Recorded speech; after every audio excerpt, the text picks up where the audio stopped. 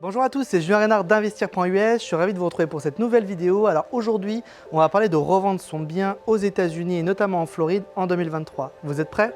C'est parti!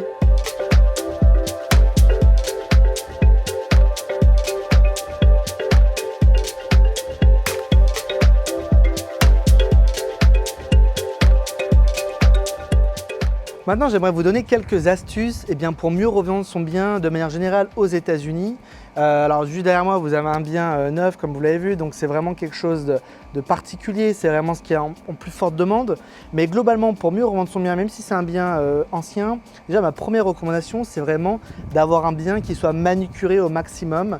On appelle ça stager le bien aux États-Unis. Donc même s'il y a des petits défauts, vraiment les gommer, quitte à refaire de la peinture, quitte à refaire, remettre un petit peu d'argent, réinvestir un petit peu dans le bien pour vraiment que le bien soit présenté de la meilleure façon possible. Aux États-Unis, ça peut avoir une très grande importance sur le prix de vente. Vous pouvez perdre énormément d'argent si le bien est vraiment mal présenté. Parfois, ça peut être même des rénovations assez importantes. Si votre cuisine, par exemple, vos meubles de cuisine sont assez vieux, j'ai eu des cas récents qui ont des maisons avec des meubles de cuisine de 20 ou 30 ans, et bien malheureusement, le propriétaire n'a pas voulu changer les meubles de cuisine. Le bien aurait, à mon sens, pu se revendre beaucoup plus cher. Il aurait probablement pu faire une plus-value sur les rénovations qu'il aurait fait en changeant, par exemple, les meubles de cuisine. Aujourd'hui, les acheteurs sont assez regardants. Il y a un pouvoir de négociation qui est plus important que ces derniers mois, notamment parce que vous avez des taux qui sont plus forts. Malgré tout, il y a beaucoup d'acheteurs qui sont là. Il faut juste marquer sa différence. Et notamment, ce que les gens ne veulent pas aujourd'hui, c'est avoir de l'argent à ressortir après avoir acquis le bien. Ils veulent tout simplement que la banque paye pour toutes les rénovations et donc que vous fassiez les rénovations. Vous savez sans doute qu'aux États-Unis, la plupart des rénovations, des travaux ne sont pas finançables par la banque, donc vous devez sortir du cash. Et pour beaucoup d'acheteurs, ça peut être un poids bloquant tout simplement parce qu'ils n'ont pas les finances pour le faire. Donc ils recherchent vraiment le bien clé en main. Alors, évidemment, ce que j'ai derrière moi, ce bien neuf, c'est l'idéal pour beaucoup d'acheteurs puisque ce sont non seulement des biens qui sont complètement neufs, avec également une structure qui est toute neuve et donc qui va aussi avoir une assurance beaucoup moins chère. Ça compte aussi pour les acheteurs, ça fait la différence. Et donc on parle de rénovation, le toit notamment, c'est une partie importante aussi pour être sexy pour un acheteur. Mais il y a également l'aspect vraiment design contemporain, l'espace de vie qui est complètement mis au goût du jour quand on est sur une maison neuve qui correspond aux attentes du jour. Une maison plus ancienne, parfois il faut faire des modifications plus importantes pour vraiment rendre l'espace vivable pour ce que recherche aujourd'hui un acheteur en 2023.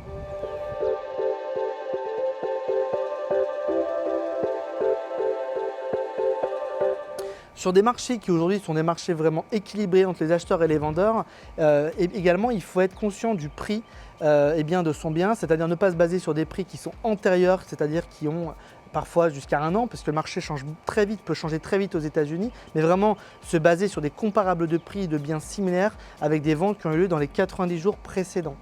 Il faut comprendre également que le marché peut swifter, comprendre la tendance du marché, écouter ce que le professionnel dit et notamment vraiment avoir des prix qui soient en cohérence avec le marché. De mon expérience également, il faut vraiment être juste sur son prix, avec l'opportunité peut-être de créer une petite guerre de prix avec une surenchère qui peut arriver, ça s'est vu et ça se voit encore sur ce marché aujourd'hui, plutôt qu'être trop haut sur le marché, ne pas du tout attirer de gens, avoir beaucoup de visites mais pas d'offres, tout simplement parce que le prix est décorrélé et donc devoir en fait par la suite devoir baisser son prix, c'est un mauvais signal pour les acheteurs potentiels que de voir que le prix diminue, ça les fait venir probablement encore avec un rapport de force supérieur parce qu'ils voient que le bien a du mal à se vendre.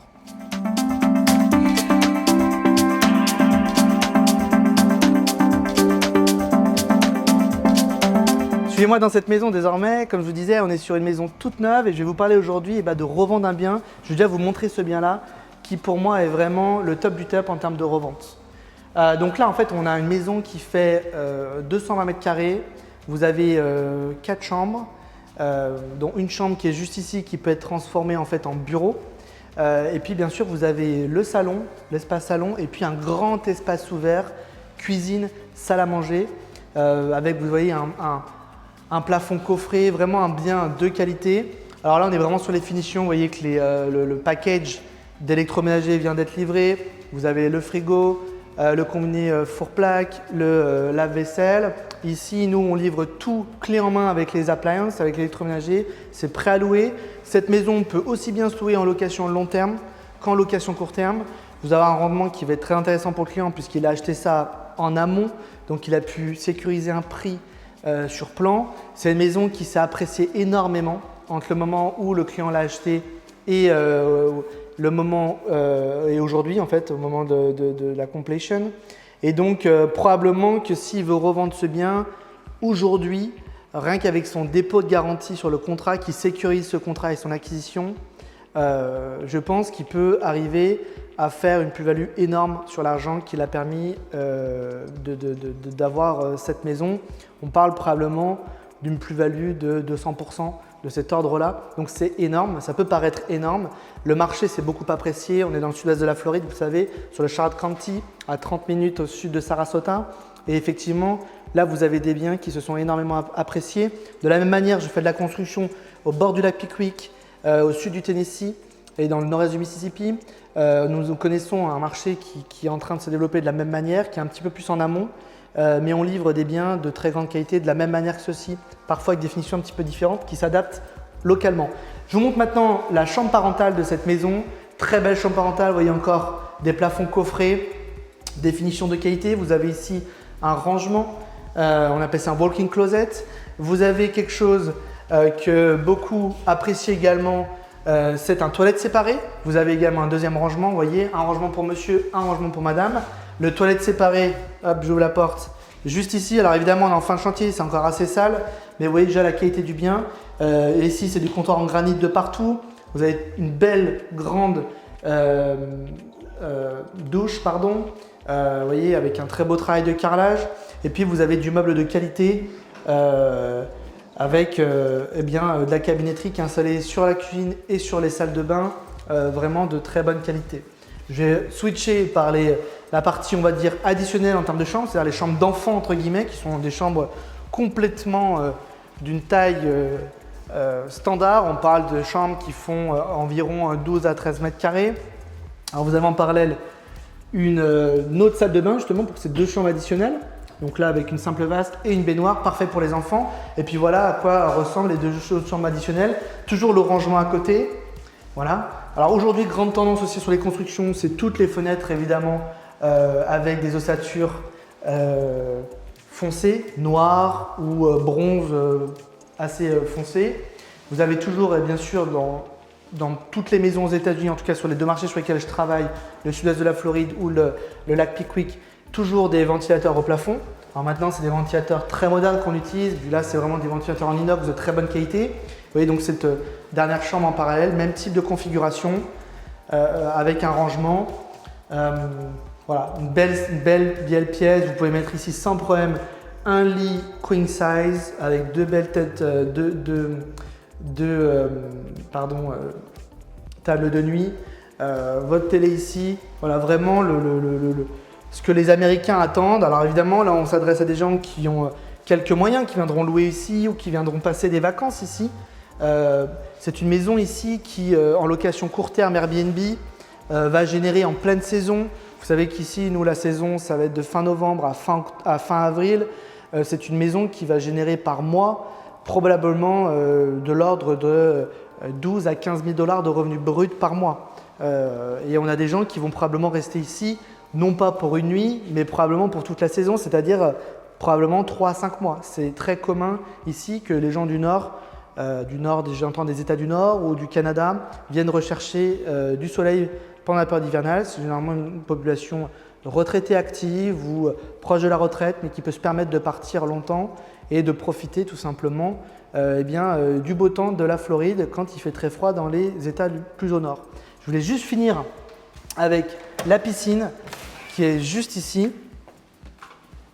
Vous voyez que vous avez un bel espace piscine. Alors ici en plus, c'est et la piscine et le jacuzzi. Vous avez en plus de ça deux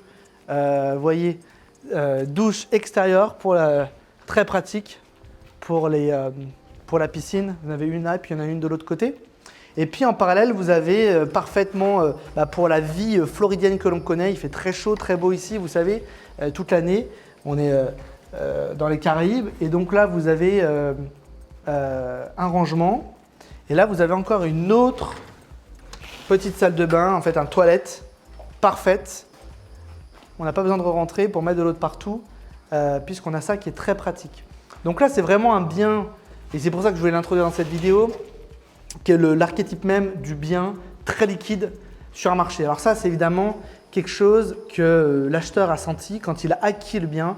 Il a senti que c'était le bien probablement parmi les produits les plus demandés. La taille du bien, le nombre de chambres, le prix auquel il pensait pouvoir revendre et auquel il a acheté, lui ont laissé penser qu'il pourrait être très liquide. C'est une maison aujourd'hui, si elle est listée sur la MLS, si elle est en mise en vente, qui probablement en moins d'un mois sera vendue. Alors qu'on parle effectivement d'un bien qui aujourd'hui va se négocier entre 600 et 700 000 $ probablement sur ce marché et qui a vu sa valeur beaucoup croître. Malgré tout, ça reste assez abordable par rapport à d'autres régions puisqu'ici on est seulement à 15 minutes de la plage.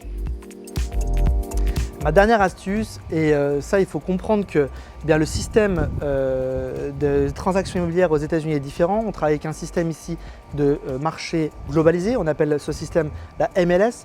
Donc c'est un système en fait où tous les biens sont vendus sur le marché et donc potentiellement avec un agent qui va vous représenter pour vendre le bien et également un agent qui va représenter un acheteur pour acheter le bien. Il faut comprendre que sur ce marché, vous avez aussi une forme de compétition sur les commissions qui sont données aux différents parties. Et donc, ma recommandation aussi, quand on est sur des moments où il y a plus de challenge pour revendre son bien, également ne pas être trop, disons, greedy, comme on dit aux États-Unis, c'est-à-dire pas trop être sur son argent pour la commission, mais plutôt offrir une commission qui est conventionnelle, standard à ce que propose le marché. Généralement, on est sur des commissions de 6 à 7% et donc qui se partagent entre les deux agents, celui qui vous représente pour vendre et celui qui représente l'acheteur. En tout cas, regardez ce qui se fait à côté, comprendre cet aspect-là aussi, puisque ça peut avoir un impact aussi.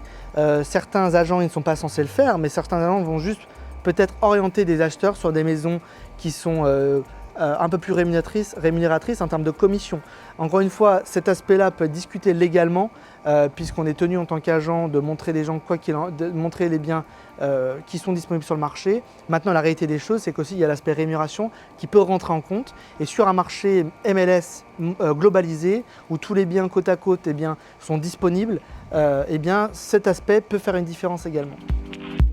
Donc on parle de revente de biens immobiliers, évidemment que la revente doit s'anticiper au moment de l'acquisition de son bien pour être sûr qu'on peut avoir une liquidité qui soit bonne sur le bien. Donc il faut acheter un bien dans un quartier qui correspond au code du quartier, c'est-à-dire si vous achetez un château dans un quartier où il y a des maisons qui sont beaucoup plus petites, effectivement ça va être un problème, pour la liquidité notamment, où vous allez devoir perdre probablement beaucoup d'argent. Mais si vous achetez le bien au bon endroit, au bon moment, il n'y a pas de raison que la liquidité se passe mal. Après évidemment, il y a la sélection du bien qui va compter. Plus les biens sont récents, et notamment les biens neufs, ce sont les biens qui sont les plus en demande. Je vous ai expliqué un peu le système de financement des travaux et de construction qui est différent aux États-Unis. C'est très difficile de se faire financer. Donc, quand vous avez un bien qui est très récent ou neuf, qui correspond vraiment aux dernières normes, qui correspond vraiment aux derniers usages et au style de vie des gens, c'est quelque chose qui est en très grande demande, surtout s'il a été bien maintenu, bien sûr. Mais donc, le fait que le bien soit neuf ou très récent, pour moi, c'est vraiment la clé pour avoir un bien qui se liquide facilement. Évidemment, il y a d'autres paramètres à prendre en compte. Comme je vous l'ai dit, l'emplacement, le moment, au moment où on l'a acheté pour qu'on soit sûr de générer une plus-value. Et puis bien sûr, il faut comprendre aussi que revendre un bien aux États-Unis, même si les frais de notaire sont assez faibles, il faut prendre en compte que vous avez quand même, ça va être difficile de faire une plus-value sur des périodes courtes, même si les marchés sont en forte augmentation. Malgré tout, vous allez avoir la possibilité de pouvoir développer de la plus-value sur du long terme, notamment en sécurisant l'acquisition, à mon sens, de biens neufs comme cette maison. Là, c'est pour moi le type de produit le plus favorable pour revendre son bien, pour la liquidité, si on parle uniquement de ça. Globalement, sur tous les marchés aujourd'hui, ce qui est le plus recherché, c'est de la maison individuelle. Évidemment, ça correspond à la plus grosse demande, c'est logique. La maison individuelle, notamment avec 3 chambres, 2 salles de bain, c'est vraiment ce qui va se rechercher le plus. Donc en termes de liquidité, c'est également probablement ce qui va, dans les 5 à 10 ans qui viennent, se revendre le mieux. En revanche, des biens parfois un peu plus rares, qui peuvent être en forte demande, peuvent aussi correspondre à une demande spécifique à un moment donné. Et donc là, des potentiels de plus-value énormes peuvent être faits. Cette maison fait 4 chambres, il y a plus de salles de bain, il y a 3 salles de bain, vous avez une grande piscine avec un jacuzzi. C'est un bien plus premium que on va dire la moyenne du marché, mais c'est un bien aujourd'hui qui est assez recherché. L'investisseur français qui a commencé la construction il y a maintenant quelques mois a déjà virtuellement une très belle plus-value à la clé, puisque le marché s'est beaucoup apprécié et parce que ce type de bien particulièrement est très recherché. Son but à lui, aujourd'hui, je ne pense pas que c'est de revendre. Malgré tout, il a déjà sécurisé sa liquidité là-dessus. Il va pouvoir jouer évidemment, notamment sur son prix, pour pouvoir liquider plus ou moins rapidement son bien en fonction de son besoin, de son objectif, si demain il doit revendre le bien. Merci beaucoup de m'avoir regardé sur cette vidéo. Alors j'espère que ça vous a plu, que vous en avez appris plus pour sécuriser la revendeuse de votre bien ou alors peut-être pour liquider un bien que vous possédez aujourd'hui en Floride ou ailleurs aux États-Unis. N'hésitez pas à me contacter, je pourrais vous donner plus d'explications, peut-être vous accompagner dans ce sens également pour vous aider à revendre votre bien. Vous avez compris que la liquidité, c'est quelque chose qu'il faut anticiper en amont et également effectivement un point important lorsque les marchés évidemment sont un petit peu plus la balle au centre, on va dire, plus équilibrés entre les acheteurs et les vendeurs. Quand tout est du côté des vendeurs, c'est bien plus facile, mais quand c'est un petit peu le cas de marchés qu'on connaît actuellement qui sont un petit peu la balle au centre, effectivement, ça nous permet de nous repositionner en pensant à la revente des biens. En tout cas, n'hésitez pas à me contacter si vous voulez en savoir plus. Encore une fois, je suis moi agent immobilier licencié en Floride, également promoteur immobilier en Floride et au bord du lac Pickwick, dans la région du lac Pickwick, dans le sud du Tennessee, le nord-est du Mississippi, deux régions où je travaille depuis plusieurs années maintenant. Pour ceci, une seule adresse, contact@investir.us, le lien directement en description également. Vous pouvez me soumettre votre projet, il y a un petit questionnaire et je vous réponds dans les 24 à 48 heures qui suivent. Je vous dis à bientôt, bye bye.